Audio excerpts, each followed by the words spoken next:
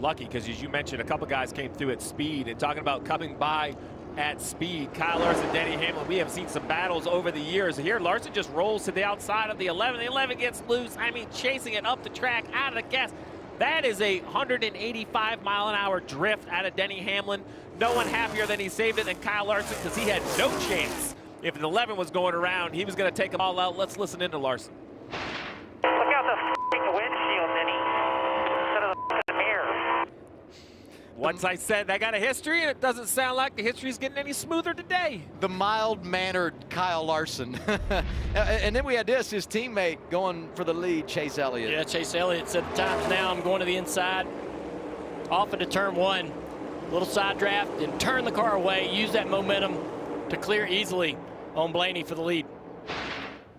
Well, as now we come to the restart, we have Elliott and Blaney side by side. Again, you see the next row back is Chastain and Hocevar. On the left side, you see last pit and tires. And really look down here, Dillon, Logano, Barry.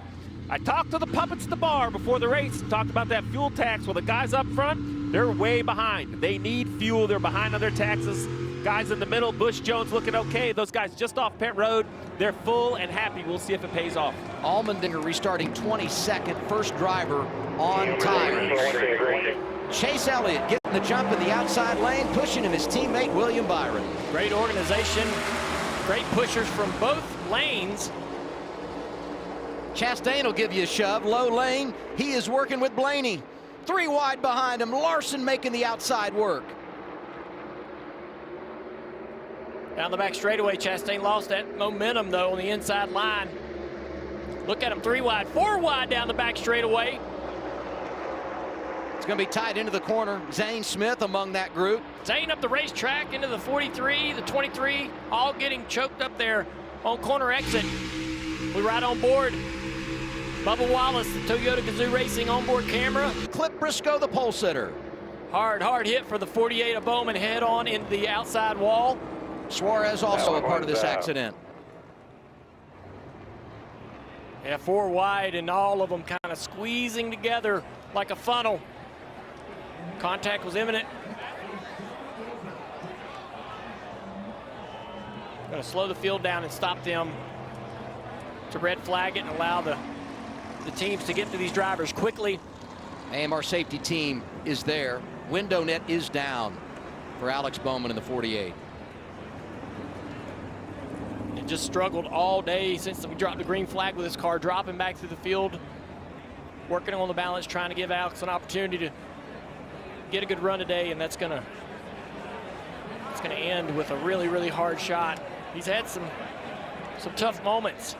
Recovered from a back injury many months ago. See Jeff Gordon, one of the team principals, on top of the pit box looking on.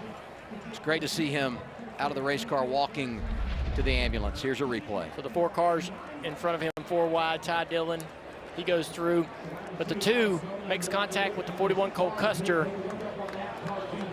It spins Cole around, the 48 head on into the wall, just a chain reaction there. Looked like the 35 wasn't quite aware that there were 4 wide. Herbst coming down the track slightly. Squeezed all these guys.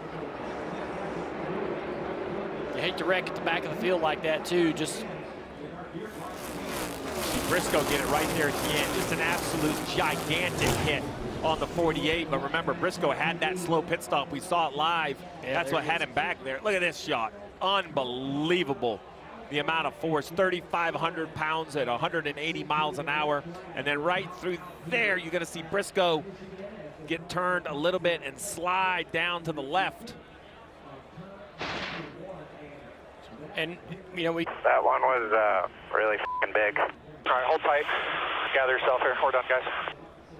Tough situation for us, you know, to pit and then be in tough traffic and still not be able to make it, to be able to be aggressive and drive up through there. So just to let you know what's going on. All right, so you heard it. He's one of those leaders, but it sounds like Rudy Fugel's caught in between a rock and a hard spot, Trevor. Yeah, Kim, I think a lot of these drivers and teams are in that same situation. No different with Carson Hocevar in 5th. Luke Lambert has been talking to him about what they're going to do. I don't think they think anyone can make it from here. Take a listen to what they're talking about. but we're going to be so close that if we start getting cautions after this, then we'll be able to make it. We'll probably just key off the strategy of the guys in front of us. If guys in front of us stay, I'm good with staying with them. I just don't want to be the only one that has to pit in a green. Yeah, man, 10-4. You hear it there. Everybody's going to key off of these leaders. They don't want to be the only one to come down pit road when the track's under green. That's what makes this decision so difficult. You heard what Kim reported there. It's you know, when we talk strategy, people think about, hey, what's good for you? Well, you know, in most sports, it's offense against defense, one opponent against one defender. This is, you know, you're playing chess against 35 other guys, maybe not all 35, but 28 of them or 30 of them are really have a chance to upset your day. So you're trying to figure out, you heard William Byron's crew talking about what the Fords could get. Well, Marty already said the 22 feels they can make it from 62. That's tremendous. From I can't believe that anybody, or heading into the day, I didn't believe anybody could make it. That's what they're telling Marty down there. So that'd be a great stretch, because William Byron's group doesn't think they can make it from here at 67, call it lap 68 when pit road opens. So we talk about all of the, you know, different stones that you have to turn over to run good. I always say Michigan is like the final exam, because it tests every aspect of your race team. And we talk speed and horsepower and downforce, but yet here we are in the middle of stage 2, and fuel economy is the point of conversation on all these radios. Yeah, we don't really think about that when we think about the racetrack being really fast and the downforce versus the trim that we talked about at the top of the show. These teams do also come here knowing that fuel mileage will be a part of it. We see the field already underway as the yellow flags back out. The teams are getting ready and on pit road because they're going to open pit road. Several cars staying on the racetrack. Ryan Blaney pitting, though, and Jonathan Hassler said we're going to be buried in traffic, so he asked him to take them back to the beginning of the race, so they make a big adjustment for all the traffic they're going to be behind. And look at that land rush of those who pitted here. The 12 does believe they can make it to the end of the stage, Adam. And look at Tyler Reddick, +4, establishing some track position in the 45 camp after starting at the rear. We reset things after a break. Today, and we completely missed it to start the race. And obviously, you know, we got super loose and just had long pit stops, making adjustments, trying to make it better, and never really got a chance to race again after that. So confident that my guys would have got the car better and we could have got back up through there. But unfortunately, when you get in the back like that, shit gets pretty crazy and stuff like that happens.